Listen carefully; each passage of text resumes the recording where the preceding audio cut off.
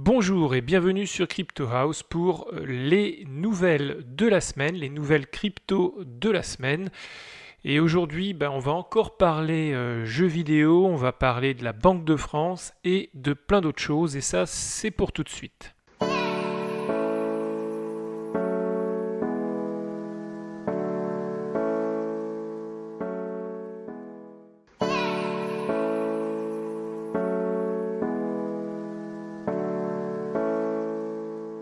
Avant de passer aux chiffres, je vais démarrer par une statistique qui nous vient du Forum économique mondial qui dit que 10% du PIB mondial sera stocké dans la blockchain d'ici 2027. Et on a aussi l'Organisation mondiale du commerce qui estime qu'en 2030, son déploiement pourrait ajouter 3 milliards de dollars au commerce international. Donc j'ai voulu de là en tirer le prix du Bitcoin qu'on pourrait avoir d'ici là.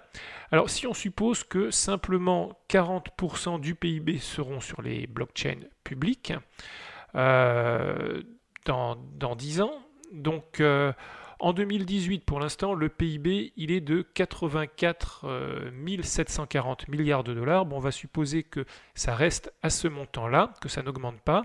Et donc si on prend 10%, donc le chiffre qui indique le Forum économique mondial, on arrive donc à 8 740 milliards. Et si on prend que 40%, donc ce qui serait la part des blockchains publiques, on aurait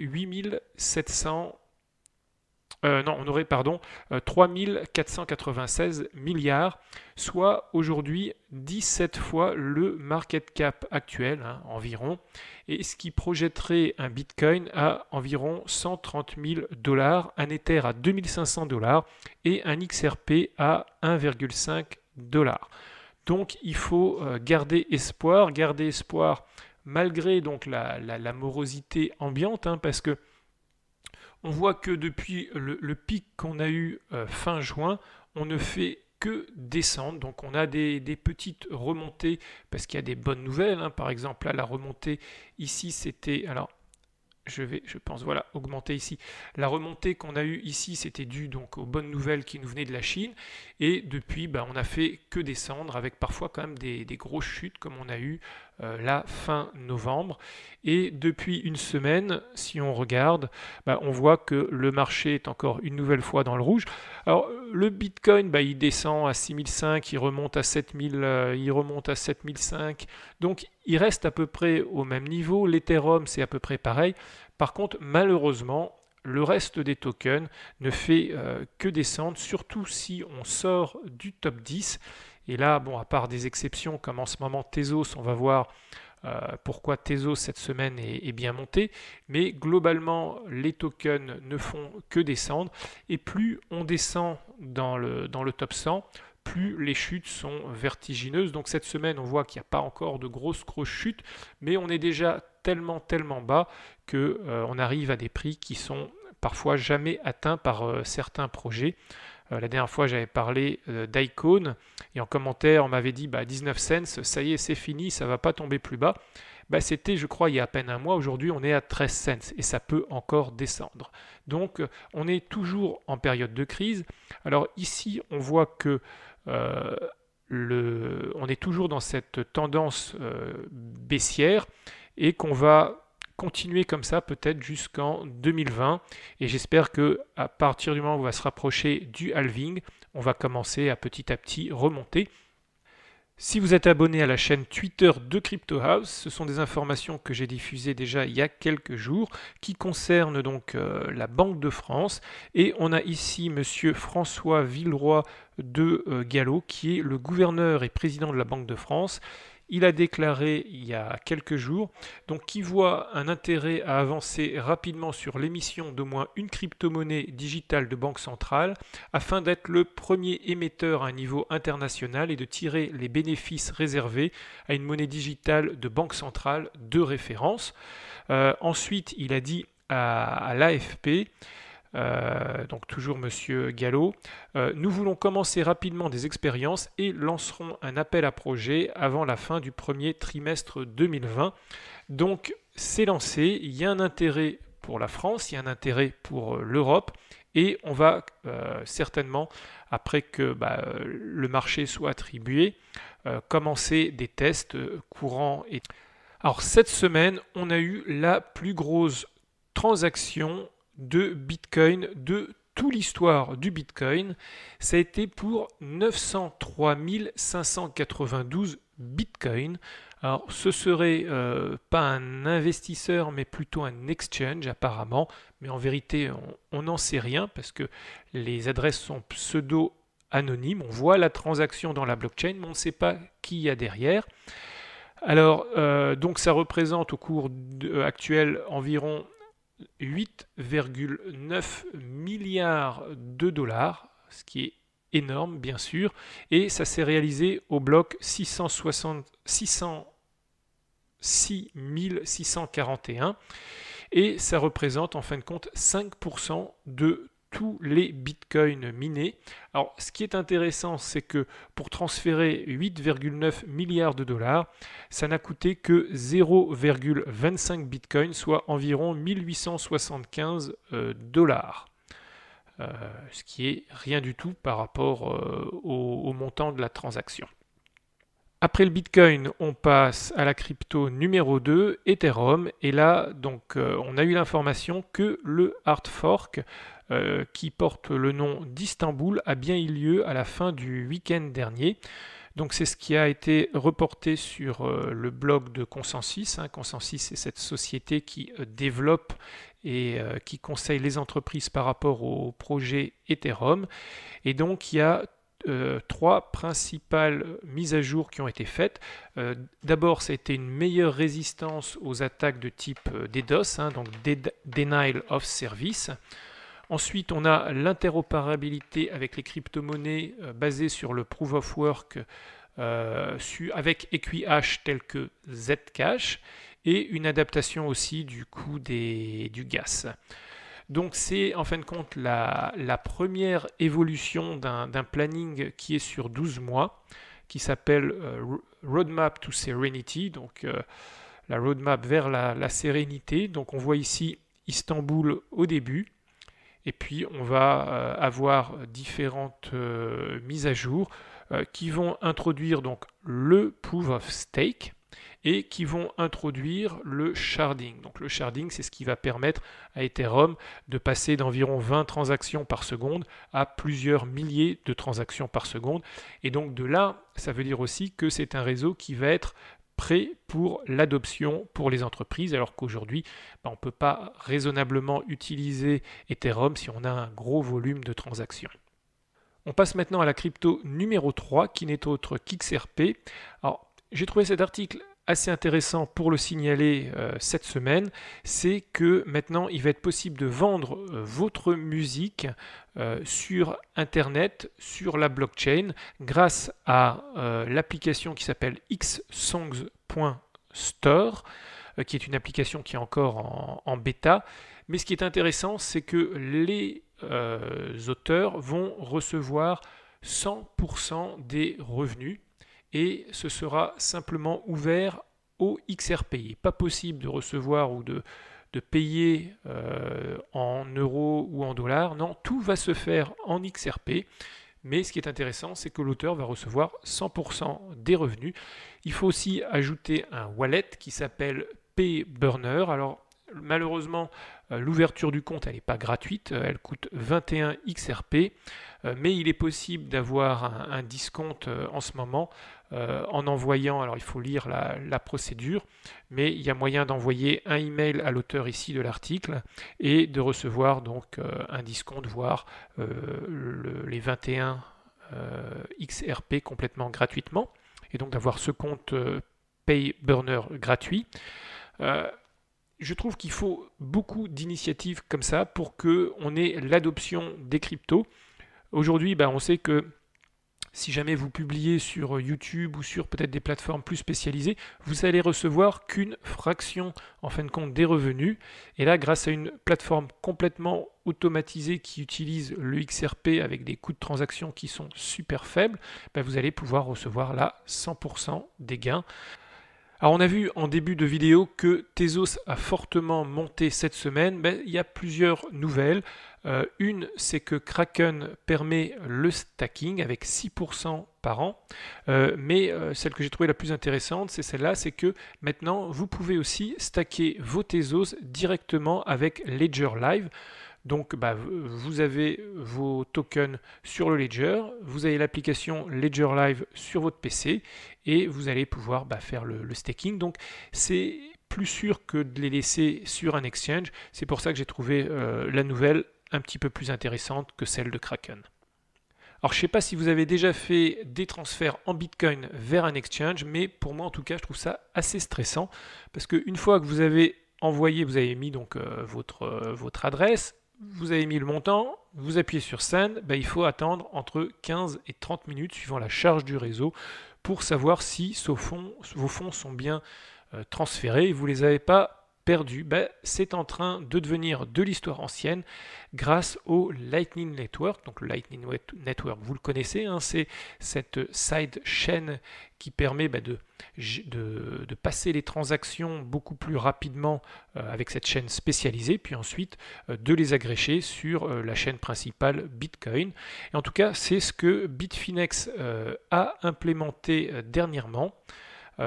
Donc vous allez pouvoir maintenant utiliser le Lightning Network et donc avoir des transactions qui vont durer entre 2 et 5 secondes et aussi surtout avoir des coûts de transfert qui vont être super bas parce que un des autres freins de transférer du Bitcoin aujourd'hui, c'est que c'est quand même assez élevé. Et là maintenant, ça va être terminé avec le Lightning Network.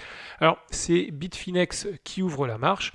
Et je pense que des exchanges comme Binance, Coinbase et autres vont certainement enchaîner le pas parce qu'ils ne vont pas laisser cet avantage compétitif à Bitfinex. Autre chose qui m'exaspère quand j'utilise un exchange, c'est de transférer des fonds entre mon compte en banque et l'exchange. Au mieux, ça prend 24 heures. Au pire, ça peut aller jusqu'à 4 jours. Si vous transférez vos fonds le vendredi, au mieux, vous les avez le lundi, puis s'il y a un jour férié entre les deux, vous les aurez le mardi, ce qui est difficilement acceptable aujourd'hui vu que de toute façon tout est automatique, même dans une banque, hein, il n'y a pas d'intervention manuelle quand vous transférez 100 € de votre compte vers un exchange. Donc c'est difficilement admissible, mais heureusement, il y a la parade. C'est ce qu'a testé pour l'instant Bitstamp en Australie avec Ripple et le XRP. Donc il est maintenant possible pour les citoyens américains qui utilisent Bitstamp de provisionner instantanément leur compte Bitstamp en dollars. Et donc pour ça, ils font appel au service FlashX qui utilise une technologie basée sur Ripple. Et donc ils utilisent le service On-Demand Liquidity.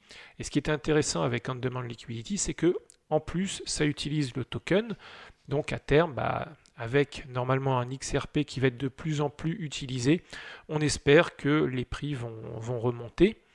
Donc si vous êtes australien et que vous êtes sur Bitstamp, vous allez pouvoir trader directement du Bitcoin, du Litecoin, du Bitcoin Cash, de l'Ethereum et du XRP. Donc là encore, j'espère que les autres exchanges sont à l'écoute et vont diffuser ça dans les autres pays. En tout cas, Bitstamp a une plateforme en Europe, ce serait bien qu'ils utilisent la même chose pour l'Europe. Ça nous permettrait d'utiliser l'exchange et de profiter des baisses parfois soudaines du marché. Quand on voit le Bitcoin qui d'un coup dégringole de 8-9% sur une journée, on aimerait bien peut-être essayer de faire un petit uplift. Et ce n'est pas possible avec les systèmes actuels. Alors maintenant, à chaque épisode, ça devient une coutume, on parle jeux vidéo et cet épisode n'en est pas exempt. Alors là, on a parlé d'EOS, on a parlé de VeChain. Cette semaine, on va d'abord parler d'Ethereum avec la société qui s'appelle SoRare, qui est une société de jeux de cartes de football à collectionner. Et le jeu est construit sur Ethereum, donc avec des smart contracts. Vous avez déjà des clubs allemands et espagnols, des grands clubs allemands et espagnols qui soutiennent la plateforme. Et donc vous allez pouvoir collectionner des cartes et chaque carte va être gravée sur Ethereum. Donc c'est vraiment votre carte. Il y en aura un nombre prédéfini. Alors c'est un petit peu le concept de CryptoKitties et je crois que, je ne sais pas si on voit exactement le prix des cartes. Ouais, là par exemple, là on voit le prix d'une carte. Donc c'est 0,013 Ethereum, ce qui représente environ 1,70 €. Et donc à chaque fois, vous échangez des cartes, il y a bien sûr un échange aussi, un smart contract qui est fait, et donc vous consommez en plus du gaz. Donc ça fait fonctionner la blockchain Ethereum. Alors, ce n'est pas le seul article dans le domaine des collectibles et des cartes. Donc là, maintenant, c'est carrément Microsoft qui annonce qu'avec Microsoft Azure, vous allez pouvoir collectionner des petites figurines, ils appellent ça des héros Azure. Alors pour ça, on a Microsoft qui s'est associé avec la société Enjin, E-N-J-I-N, qui est classée dans le top 100. D'ailleurs, si on regarde Enjin, elle a eu un petit boost suite à l'annonce. Si je fais une recherche ici sur Enjin, on voit sur la semaine, là il y a eu 11%. Bon, le soufflet est un petit peu retombé, mais on était à beaucoup plus quand ça a été annoncé la semaine dernière. Et voilà alors, le type de héros que vous pouvez collecter. Et en fin de compte, comment recevoir des héros? Il faut simplement, si vous êtes développeur et que vous contribuez positivement à la plateforme, vous allez recevoir un héros. Alors il y a différents types de héros, si j'arrive à les... Voilà. Donc pour chaque contribution sur la plateforme, vous recevez un héros, et comme on voit, voilà. Là, il y en a par exemple 100, là, il y en a 250. Et donc, peut-être que c'est quelque chose que vous pouvez mettre sur votre CV si vous êtes un développeur sur la plateforme Microsoft Azure. Et là encore, ça utilise la blockchain, ça utilise les smart contracts, ça utilise les tokens. Et donc, à terme, Enjin devrait avoir s'apprécier puisque le token sera de plus en plus utilisé. Donc ça fait 3 semaines qu'on parle de jeux vidéo, et là carrément il y a deux actualités avec Microsoft et avec Sorare, un sur Ethereum et un sur Enjin.